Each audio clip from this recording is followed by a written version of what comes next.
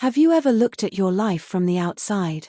Seen the beautiful house, the smiling photos, the perfect couple that everyone admires, and felt like you were watching a movie about someone else?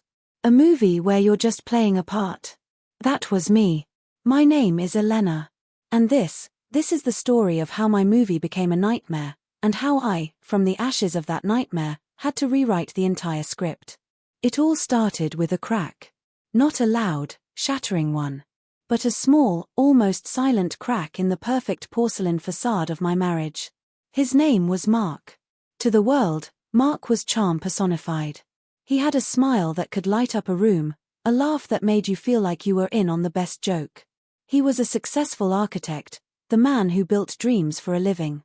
And I was the lucky woman he chose to share his dream with. We met at an art gallery. I was a freelance illustrator, lost in the world of colors and lines. He found me standing in front of a chaotic, beautiful abstract painting. "It looks like how my heart feels right now," he said, without any introduction. I turned, and his eyes, they were so intense, so focused on me. In that moment, I felt seen in a way I never had before. He wasn't just looking at me, he was reading me. It was the most exhilarating feeling in the world. The courtship was a fairy tale. Lavish dinners, spontaneous trips, flowers that would fill my tiny apartment until it smelled like a spring garden. He was attentive, passionate, and he made me feel like I was the center of his universe. When he proposed, under a blanket of 1,000,000 stars on a private beach, I didn't just say yes. I felt like my life was finally beginning. But fairy tales, they're just stories. And our story had a different author than I thought. The first crack appeared about a year into our marriage. It was so small, I almost missed it. I was late coming home from a project deadline. Just 30 minutes. I'd texted, but my phone had died. When I walked in, the air in our beautiful home was cold. Heavy. "Where were you?" Mark's voice was quiet. Too quiet. I explained, laughing it off, showing him my dead phone.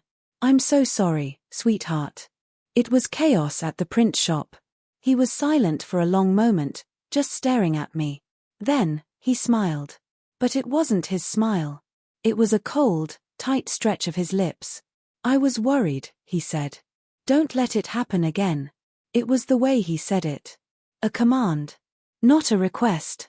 A shiver went down my spine, but I brushed it off. He was just concerned. He loved me. That's what I told myself. That's what I would tell myself for a long, long time. The cracks started to multiply. A comment about my outfit. "Are you sure you want to wear that? It's a bit much." A critique of my friends. "She seems a little shallow for you, don't you think?" Slowly, carefully, he began to isolate me. My world, which was once so full of color and light, began to shrink, its walls painted in the muted, controlled shades he preferred. And then came the first time he lost his temper. I'd accidentally used his expensive drafting pens for a sketch. I'd bought him a new set, of course, but when he found out, something in him snapped. He didn't yell. His voice dropped to a terrifying whisper. He grabbed my arm, his fingers digging into my flesh like steel bands. "This is my workspace, Elena. Not your playroom. You don't touch what is mine." The pain was sharp, shocking. I was too stunned to speak. Tears welled in my eyes. And when he saw them, his expression changed. It melted into remorse. He let go, stumbling back, his hands flying to his head. "Elena, my God, Elena, I'm so sorry. I don't know what came over me. I've been under so much pressure at work. Please, forgive me. I'll never do that again. I love you so much." He was crying. He fell to his knees, begging. And I, the fool in love, I forgave him. I comforted him. I told him it was okay. That was my first mistake. The mistake that opened the door to hell. Because it was never the last time. It was only the beginning. The man who built dreams was also the man who started to break me, piece by piece. And I let him. Because in between the storms, there were still moments of that charming, loving man I'd married. They were the calm that made me endure the terror. They were the hooks that kept me trapped. But how long can you live in a house that's full of cracks, before the whole thing comes crashing down on you? Life with Mark became a terrifying dance. A constant, careful choreography where I was always trying to anticipate his mood, his triggers. I learned to walk on eggshells in my own home. The sound of his key in the lock at the end of the day would send my heart into a frantic rhythm. Would it be good Mark tonight? Or would it be the other Mark? The other Mark was a stranger. His eyes, once so full of warmth, would turn flat and cold, like chips of grey slate. His voice, usually so melodic, would become a low, menacing hum. The criticisms became more frequent, more cruel. My cooking was bland. My art was a nice hobby, but not a real career. My laugh was too loud. My silence was accusing. And the physical incidents, they were no longer just about a gripped arm. A shove that sent me stumbling into a wall. A hand clamped over my mouth to silence me during an argument. He was always careful. He never hit my face. Not at first. The bruises were hidden under long sleeves and high collars. The pain was a secret I carried deep inside, a dark stain on my soul. "You make me do this, Elena," he would whisper afterward, his breath hot against my ear as he held me in a painful embrace. "If you just listened. If you just behaved. My love for you is so strong, it sometimes frightens me. I can't stand the thought of you not being perfect." Can you believe I started to internalize that? I started to believe him. That it was my fault. That if I could just be a better wife, a more perfect woman, he wouldn't get so angry. I stopped seeing my friends. I made excuses to my family. I quit taking on big illustration projects, because the time they took away from tending to him made him volatile. My world shrank to the size of our house. A beautiful, spacious, luxurious prison. I was the ghost in its halls, floating from room to room, trying to be invisible. My art supplies gathered dust in the corner of our spare room. The vibrant colors of my imagination were replaced by the gray reality of my fear. I thought about leaving. Of course, I did. 100 times a day. But fear is a powerful jailer. Where would I go? He controlled all the money. He'd told all our mutual friends what a worry I could be, how anxious and fragile I was. He'd laid the groundwork so perfectly. If I left, who would believe the story of the hysterical, fragile wife over the successful, charming Mark? And then, there was the most potent weapon in his arsenal, the aftermath. After every explosion, after every moment of terror, came the grand, dramatic apology. The "I'm so sorry" show. He would buy me extravagant gifts, jewelry I never wore, clothes I didn't want. He would plan romantic evenings. He would cry, he would beg, he would tell me stories of his difficult childhood, of a father who had a terrible temper. He made me feel sorry for him. He made me feel like his savior. And in those moments, the good Mark felt so real, so vulnerable, that I would cling to him, praying that this time, he would stay. It was a cycle. A brutal, predictable, soul-destroying cycle. Tension. Incident. Reconciliation. Calm. And I was stuck on the wheel, going round and round, getting dizzier, getting weaker. But even the most carefully constructed lies have a weak spot. And Mark's weak spot was his ego.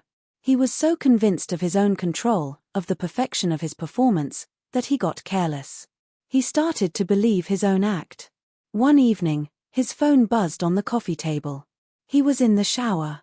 I never touched his phone. It was an unspoken rule. But this time, something made me look. The screen lit up with a notification. Message from David, "Dinner Friday with the new intern? She's been asking about you. Don't worry, your secret's safe with me," winky face. My blood ran cold. It was like a bucket of ice water had been dumped over my head. The secret. It wasn't just about me. There was a whole other layer to his deception. A public life I knew nothing about. In that moment, the first ember of something new sparked inside me. It wasn't hope. It was colder, harder. It was clarity. The crack in the porcelain wasn't just a crack anymore. The whole vase was about to shatter. And I was about to discover that the biggest performance of Mark's life was still to come. The message from David played on a loop in my mind. "Don't worry, your secret's safe with me. What secret? Was it just an affair? Or was it something more? In a twisted way, the possibility of another woman was almost a relief. It meant his cruelty wasn't entirely my fault. But it also meant the man I had married was a complete and utter stranger. I became a ghost with a purpose. I started watching him more closely, not out of fear, but out of a desperate need for the truth. I noticed things I'd been too blind to see before. The way he'd angle his phone away from me. The late-night work calls he'd take in his home office, his voice a hushed murmur. The new cologne. The increased criticism of my appearance, as if he was comparing me to someone else. The tension in the house became a thick, suffocating fog. I could feel another storm brewing. It was a Friday night. He was supposed to be at a client dinner. He'd put on his best suit, the one he wore for his most important presentations. He'd sprayed on that new, unfamiliar cologne. "Don't wait up," he said, giving me a peck on the cheek that felt like a brand of ownership. I just nodded, my heart a stone in my chest. He left. The house was silent. Too silent. I paced the floors, the message from David burning in my mind. The new in turn. I felt a surge of something hot and fierce. Anger. For the first time in a long time, I wasn't just afraid. I was furious. I went into his home office. A place I usually avoided. It was his sanctuary, his kingdom. I felt like a trespasser in my own home. I looked at his computer. I didn't know the password. I looked through his desk drawers. Nothing but stationery and blueprints. I was about to give up, the fear starting to creep back in, when I saw it. A small, sleek, black notebook tucked away at the back of the bottom drawer. It looked old. A diary. My hands trembled as I opened it. It wasn't a diary. It was a ledger. But not for business. It was a list. Dates. Amounts of money. Initials. And next to some of the entries, little notes. *J.T. $5,000 forged signature on permits. Keep him close. Asterisk. LDS. $10,000 zoning board issue disappeared. His greedy. Asterisk. New city center project, Councilman Miller, $50,000 final push. Asterisk. My breath caught in my throat. This was bigger than an affair. This was corruption. Bribery. My husband, the respected architect, was buying his way to success. He wasn't just a monster in private, he was a fraud in public. The charming facade was a lie built on a foundation of lies and dirty money. The shock was so profound, I didn't hear the garage door open. I didn't hear his footsteps on the stairs. The office door swung open. Mark stood there, his face a mask of cold fury. He saw the open drawer. He saw the black notebook in my hands. The silence in the room was more terrifying than any scream. "What," he said, his voice dangerously soft, "do you think you are doing?" I was frozen, the notebook clutched to my chest like a shield. I was looking for a pen, I stammered, the old fear instantly paralyzing me. He took a slow, deliberate step into the room. "You were snooping. After everything I've given you. This beautiful home. This life. You repay me by sneaking around. By touching my things. Mark, I saw a message on your phone, from David, about an intern." The words tumbled out, desperate, accusing. His eyes widened for a fraction of a second, and then his expression hardened into something truly terrifying. The mask was off. Completely. "You read my messages," he hissed. He advanced on me. "You ungrateful little witch. You have no idea what I've built. What I've sacrificed. And you dare to question me?" He was in front of me now. I could smell the wine on his breath, mixed with that foreign cologne.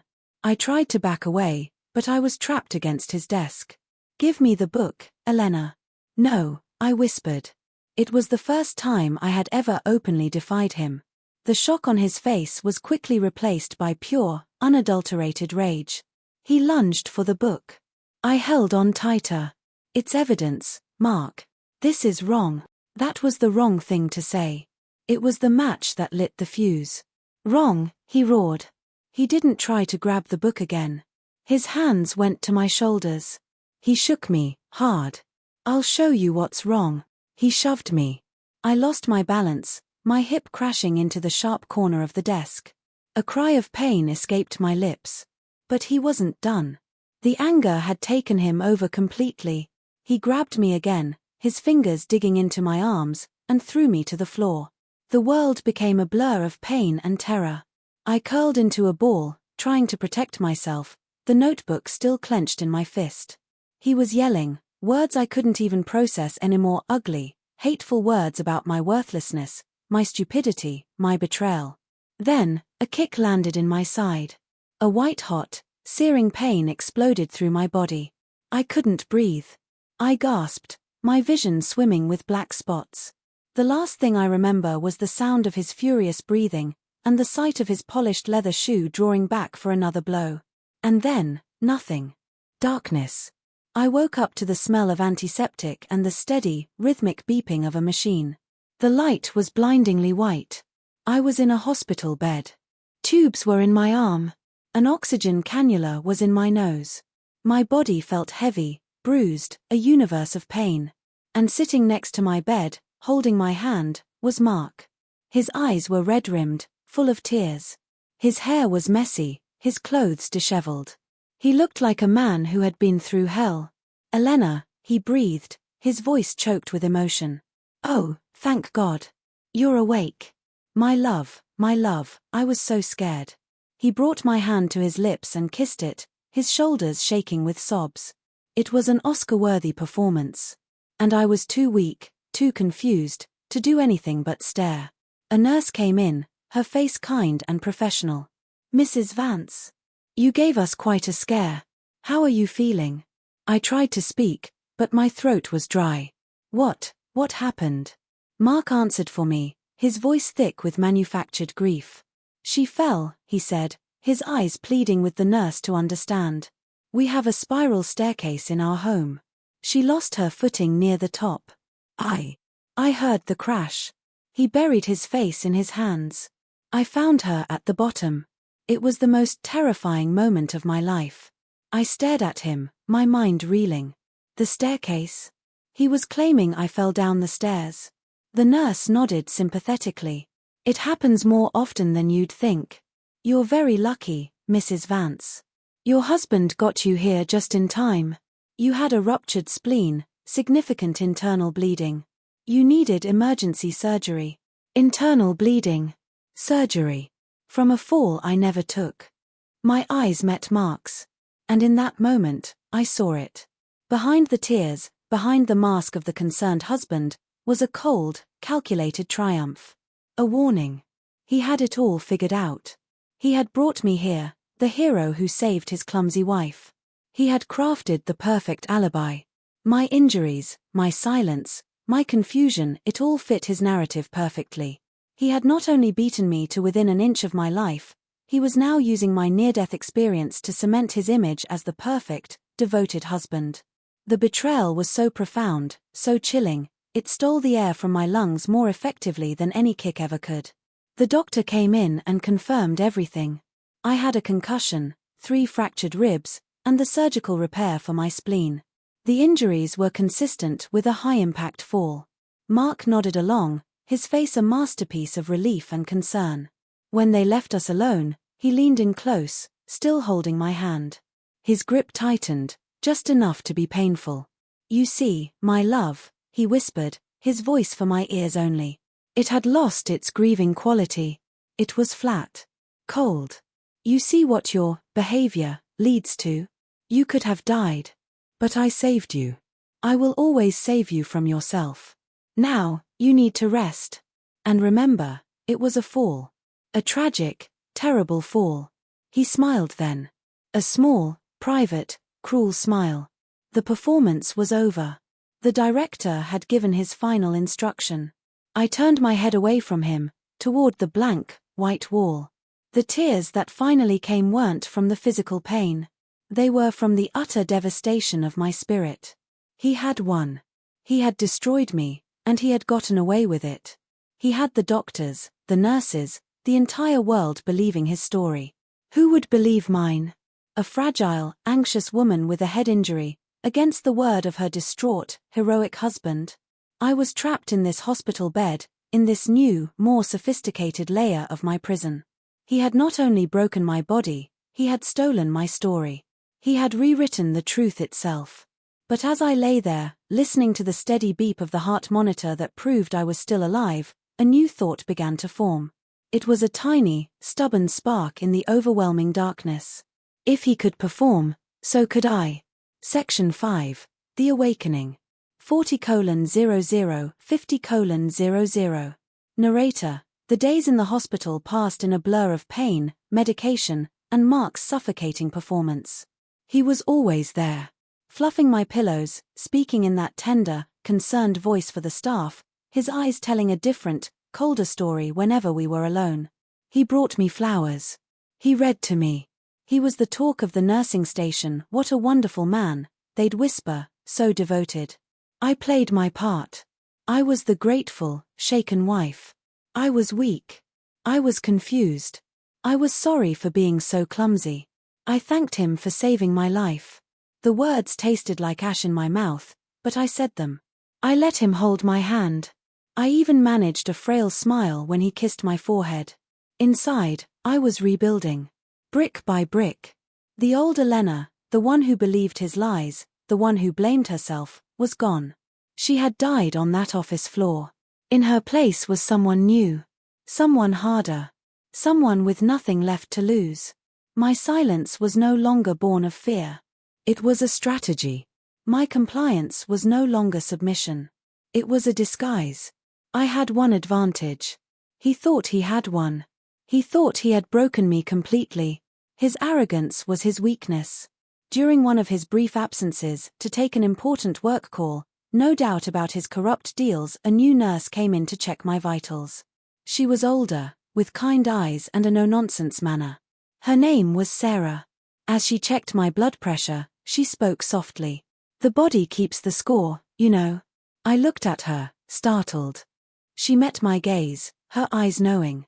I've been a nurse for 30 years. I've seen a lot of falls. And I've seen a lot of other things. She didn't elaborate. She didn't need to. She finished her task and patted my hand. Is there anyone you'd like me to call for you? Family? A friend? It was a risk. A huge one. But I saw the genuine concern in her eyes. This was my chance. My first, tiny act of rebellion. My sister, I whispered, my voice hoarse. Claire. Her number is in my phone. My husband has it. Can you tell her I'm here? Tell her I fell. I emphasized the last word. Just slightly. Nurse Sarah's eyes narrowed almost imperceptibly. She understood the code. Of course, dear, she said calmly. I'll see what I can do. The next day, my sister Claire burst into my room. Her face was pale, her eyes wide with panic and anger. Mark was there, of course, and he immediately stood up, putting on his charming, weary host face. Claire. It's good to see you, though I wish it were under better circumstances. Claire ignored him. She rushed to my bedside, her eyes scanning my face, the bruises that were now blooming in ugly yellows and purples on my arms. She saw through the full story immediately. We'd always been close. She'd never liked Mark, had always said there was something too perfect about him. I'd stopped talking to her about my marriage, isolated by his design. Elena, she breathed, her voice trembling. My God. I gave a tiny, almost imperceptible shake of my head. Not now. Not here. Claire, God bless her, understood. She turned to Mark, her voice tight but controlled.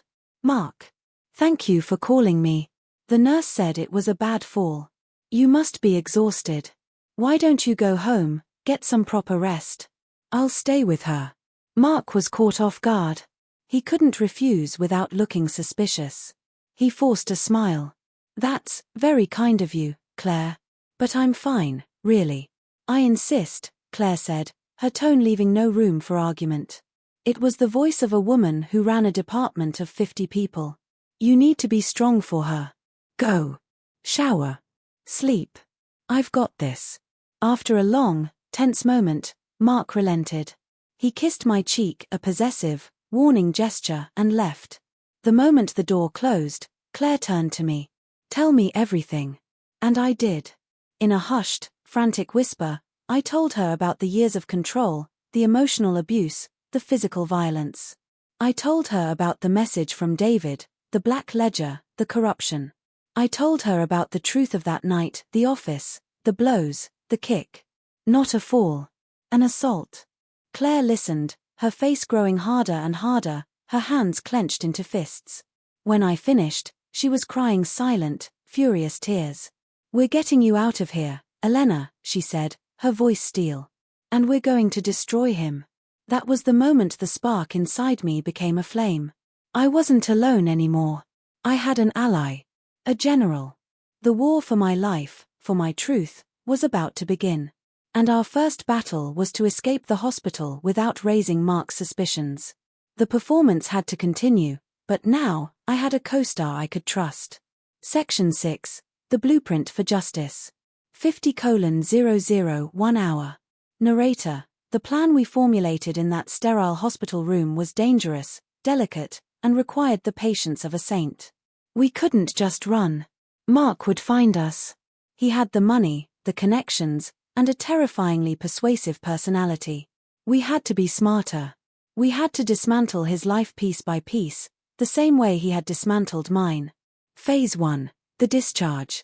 I had to go home with him. The thought made my skin crawl, but it was essential.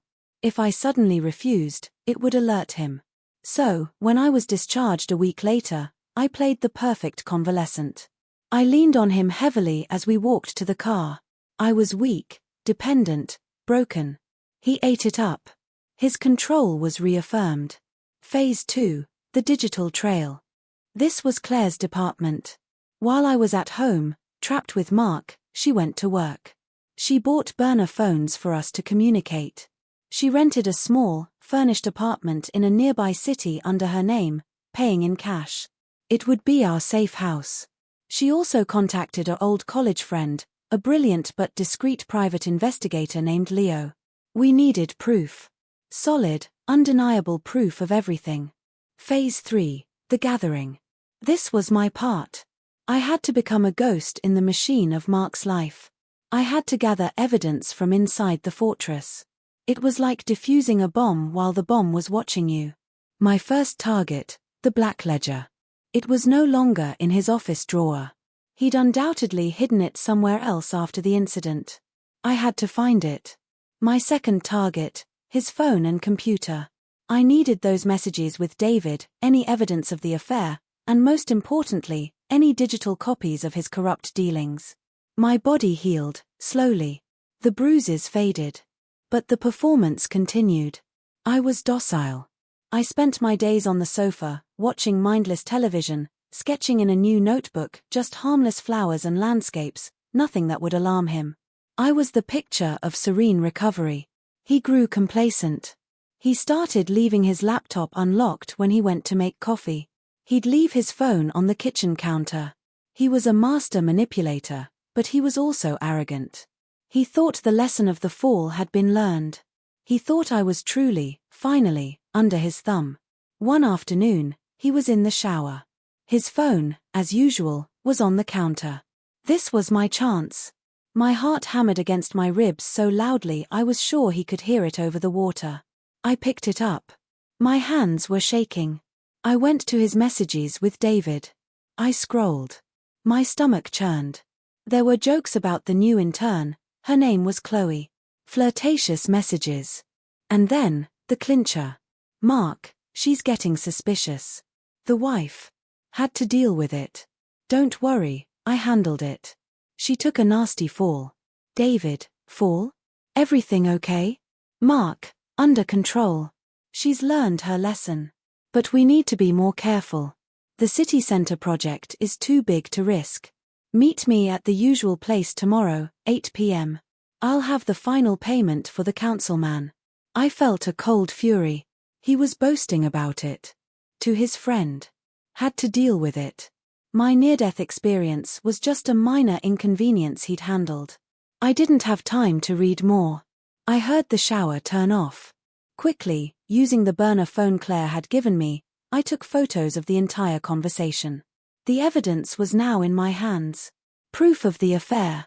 Proof that he'd lied about my fall. It was a start. But I needed the ledger. Where would he hide it? It had to be somewhere he could access easily, but somewhere I would never look. And then it hit me. His arrogance. He hid things in plain sight. I went to his bookshelf in the living room. It was filled with expensive, leather-bound books on architecture and design, books I never touched. My eyes scanned the titles. And there, nestled between the architecture of Frank Lloyd Wright and modern skyscrapers, was a plain, black, unmarked binder. It looked exactly like the others. I pulled it out. My hands were steady now. This was it. The ledger. I quickly photographed every page. The dates, the amounts, the initials, the notes. It was all there. A roadmap of his corruption. I had it. The proof of his public and private crimes. The affair, the cover-up of my assault, the bribery. It was all in the palm of my hand, stored on a cheap, pay-as-you-go phone. The hunter had become the hunted. And he didn't have a clue. The revenge was no longer a desperate dream. It was a blueprint. And I was ready to build. Section 7, the final act. 1 hour to 1 hour and 10 minutes. Narrator, with the evidence secured, it was time for the most dangerous part of the plan, my escape. We couldn't afford a single mistake. Mark was like a shark. He could sense the slightest tremor of fear, the smallest shift in the current. We chose a day he had a late meeting for his precious city center project. The same project he was bribing a councilman to secure. The irony was beautiful. That morning, I was the picture of domestic bliss. I made him breakfast. I kissed him goodbye at the door. "Good luck with your meeting, sweetheart," I said, my voice soft and loving. He smiled, that confident, possessive smile. "Thank you, my love. I'll be home late. Don't overexert yourself." The moment the garage door closed, I moved. I didn't pack a suitcase. That would be too obvious. I had a single, large tote bag. I filled it with the bare essentials, my passport, the few pieces of jewelry my mother had left me, the burner phone, my charger, and a change of clothes. I left behind all the expensive things he'd bought me. They were tainted. I wanted nothing from him but his destruction. I took one last look around the beautiful, silent prison. I felt no nostalgia, no sadness. Only a cold, clear determination. Then, I walked out the front door and didn't look back. Claire was waiting in a nondescript rental car 2 blocks away. I slid into the passenger seat, and we drove away in silence. There were no tears. Just a shared, fierce resolve. We drove straight to the safe house apartment. It was small, plain, and beautiful in its anonymity. For the first time in years, I took a deep breath and felt free. That evening, while Mark was presumably celebrating his corrupt victory with David and the intern, Claire and I sat down with Leo, the private investigator. We laid out all the evidence, the photos of the text messages, the photos of every page of the ledger. Leo whistled softly. "This is very thorough. And very illegal on his part. Bribery, corruption, conspiracy, and the messages about your fall are a clear admission of guilt regarding the assault. This is enough for the police, the press, and the Architectural Licensing Board. We want to hit him from every angle at once," Claire said, her voice like ice. "We don't want him to have time to react." Leo nodded. "Then we do it tomorrow." The next morning, as Mark would be waking up in our empty house, probably confused and then furious, the storm broke. Claire, acting as my representative, simultaneously, filed an official police report for domestic violence and aggravated assault, providing the text messages as evidence. Sent a detailed package with copies of the ledger to the district attorney's office, the city ethics board, and the local newspaper's investigative journalist. Submitted a formal complaint to the State Architectural Licensing Board. We didn't need to do anything else. The dominoes began to fall with a speed that was breathtaking. My burner phone rang. It was Mark. His name flashed on the screen, a ghost from my past life. I let it go to voicemail. He called again. And again. Dozens of times. The voicemails started with anger. "Elena, Where the hell are you? Get back here now, then shifted to panic. Elena, please, the police are here. What did you tell them? And finally, to desperate bargaining. Baby, please, we can work this out. I love you. They're talking about arrest. You can't do this to me. I listened to them all, my face expressionless. Each message was a nail in the coffin of the man he pretended to be. The story broke online by lunchtime. Prominent architect Mark Vance under investigation for bribery, corruption. Shocking allegations of domestic violence surface. His company's website crashed. His social media was flooded with outrage. His partners and clients dropped him like a hot stone. By the evening, the news reported that Councilman Miller had been taken in for questioning. Mark's entire world, the empire of lies he had so carefully built, was collapsing in real time, broadcast for everyone to see. He was exposed. Publicly, utterly, and irrevocably. My revenge wasn't violent. It wasn't bloody. It was a quiet, precise, and total annihilation of the false reality he had created. We took away his freedom, his reputation, his career, and his wealth. We took away everything he valued. We gave him a taste of the powerlessness he had forced on me for years. And the poetic justice. The city center project, the one he had committed all these crimes for, was immediately suspended. The contract was voided. The cornerstone of his corrupt empire became the symbol of his downfall. The performance was over.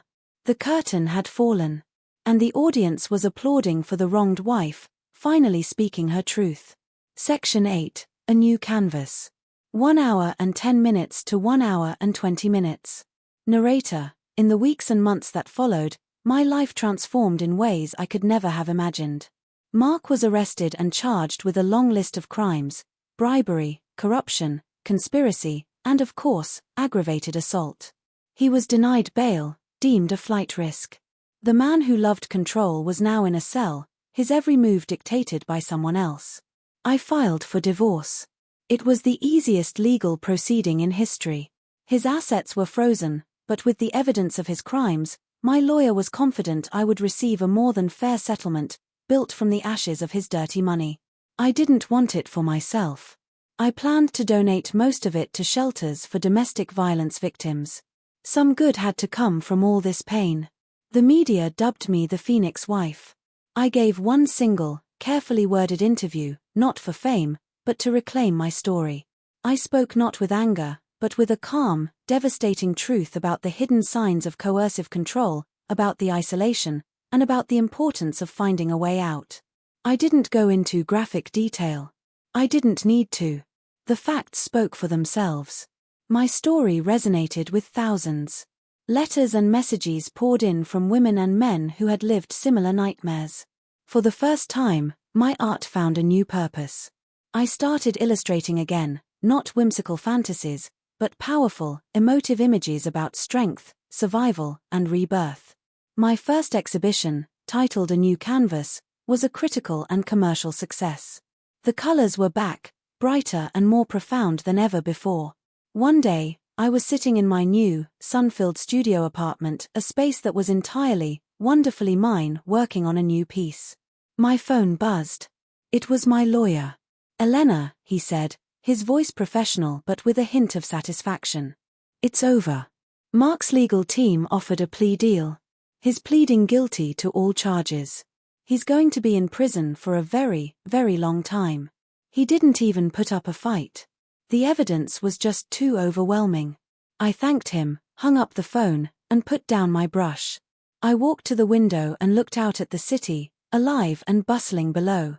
I expected to feel a surge of triumph, of victory. But what I felt was quiet.